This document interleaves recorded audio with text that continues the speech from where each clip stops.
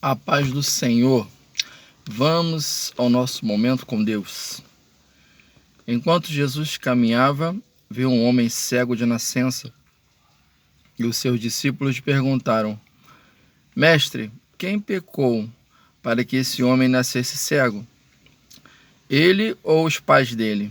Jesus respondeu: Nem ele pecou, nem os pais dele, mas isso aconteceu para que nele se manifestem as obras de Deus. É necessário que façamos as obras daquele que me enviou, enquanto é dia. A noite vem, quando ninguém pode trabalhar. Enquanto estou no mundo, sou a luz do mundo. Depois de dizer isso, Jesus cuspiu na terra, fez lama com a saliva e com a lama untou os olhos do cego. Então disse ao cego: Vá lavar-se no tanque de Siloé. Siloé quer dizer enviado. O cego foi, lavou-se e voltou vendo. Então os vizinhos, os que antes o conheciam de vista, como mendigo, perguntavam: Não é esse o que ficava sentado pedindo esmolas? Uns diziam: É ele. Outros: Não, mas parece com ele. O homem dizia: Sou eu. Então lhe perguntaram: Como foram abertos seus olhos? Ele respondeu: O homem chamado Jesus fez lama, passou nos meus olhos e disse: Vá ao tanque de Siloé e lave-se. Então fui, lavei-me e estou vendo. E eles perguntaram: Onde está ele? Respondeu: Não sei. Levaram os fariseus aquele que antes era cego. E era sábado, o dia em que Jesus fez a lama e lhe abriu os olhos. Então os fariseus lhe perguntaram outra vez como podia ver. Ele respondeu: Ele pôs lama sobre os meus olhos. Levantei-me e estou vendo.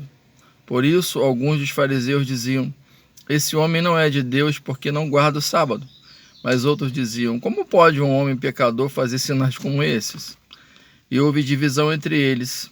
De novo perguntaram ao cego: O que você diz a respeito dele, uma vez que lhe abriu os olhos? Ele respondeu: É um profeta. Os judeus não acreditaram que ele tinha sido cego e que agora podia ver, enquanto não chamaram os pais dele e lhe perguntaram: É este o filho de vocês, que vocês dizem que nasceu cego? Como é que agora ele está vendo? Então os pais responderam: Sabemos que este é o nosso filho e que nasceu cego, mas não sabemos como agora está vendo. E também não sabemos quem lhe abriu os olhos. Perguntem a ele, pois já tem idade e poderá falar por si mesmo. Os pais dele disseram isso porque estavam com medo dos judeus, pois estes já tinham combinado que, se alguém confessasse que Jesus era o Cristo, seria expulso da sinagoga.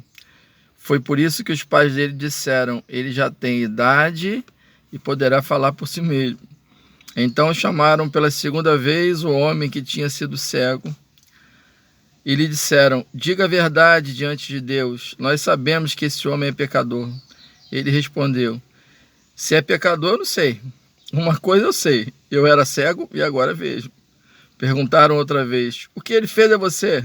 Como lhe abriu os olhos? Ele respondeu: Já lhes disse, mas vocês não ouviram.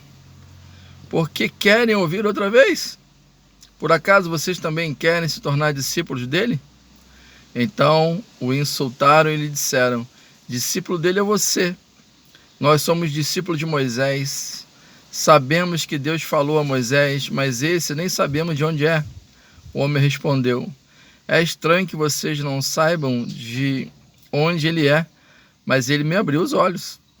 Sabemos que Deus não atende a pecadores. Pelo contrário, se alguém teme a Deus e pratica a sua vontade, a este atende. Desde que o mundo existe, jamais se ouviu que alguém tenha aberto os olhos a um cego de nascença. Se esse homem não fosse de Deus, não poderia ter feito nada. Mas eles disseram: Você nasceu cheio de pecado e quer nos ensinar? E os expulsaram. Jesus ouviu que eles tinham expulsado o homem. Ao encontrá-lo, perguntou: Você crê no Filho do Homem? Ele respondeu: Quem é, Senhor, para que eu creia nele? E Jesus lhe disse: Você já o tem visto e é aquele que está falando com você. Então ele afirmou: Eu creio, Senhor.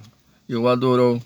E Jesus continuou: Eu vim a este mundo para juízo, a fim de que os que não veem vejam, e os que veem se tornem cegos.